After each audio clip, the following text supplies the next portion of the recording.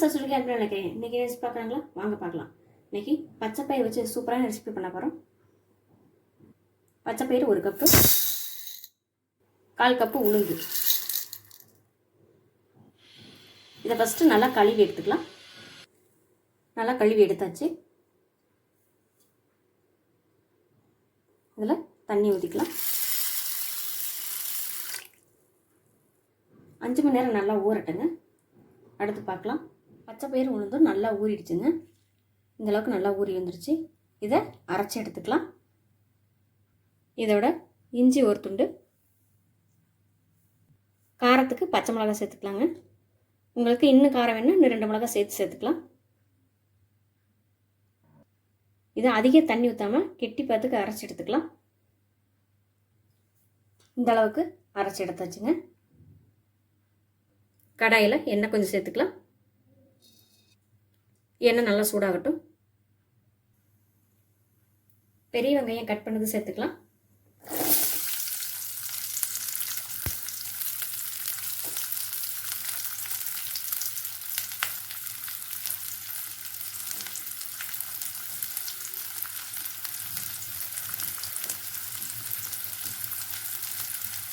பெருஞ்சீரகம் 1/2 ஸ்பூன், கொஞ்சம் கருவேப்பிலை சேர்த்துக்கலாம். நல்லா வணக்கிக்கலாம்.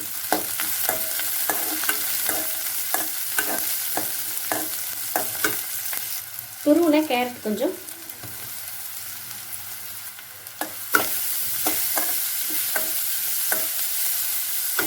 நறுக்குன மல்லித்தலை கொஞ்சம்,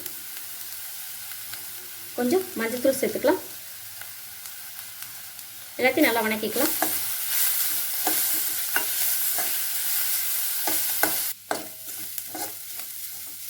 நல்லா வணக்கியாச்சுங்க.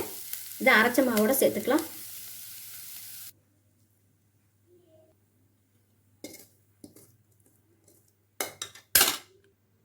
சால்ட்டு சேர்த்துக்கலாம். எல்லாத்தையும் நல்லா கலந்துக்கலாங்க.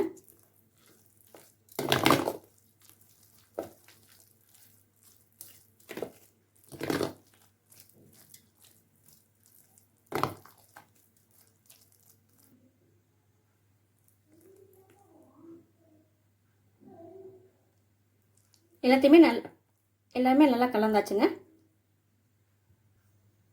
புளிப்பு நேரமாக ஊற்றி எடுத்துக்கலாம். எல்லாம் நல்லா சூடாகட்டும்.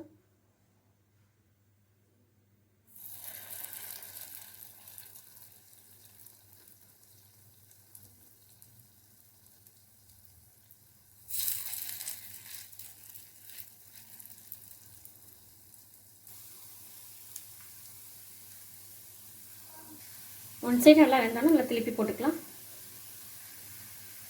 அடுப்பு மீடியம் ஃப்ளேம்லேயே இருக்கட்டுங்க. பொறுமையாக வேக வச்சு எடுத்துக்கலாம். ஒன்று திருப்பி போட்டுக்கலாங்க.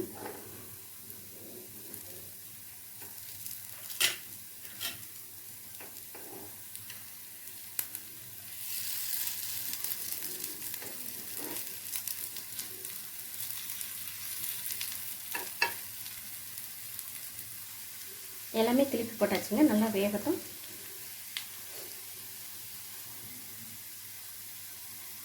எல்லாமே நல்லா வெந்துருச்சுங்க. எடுத்துடலாம்.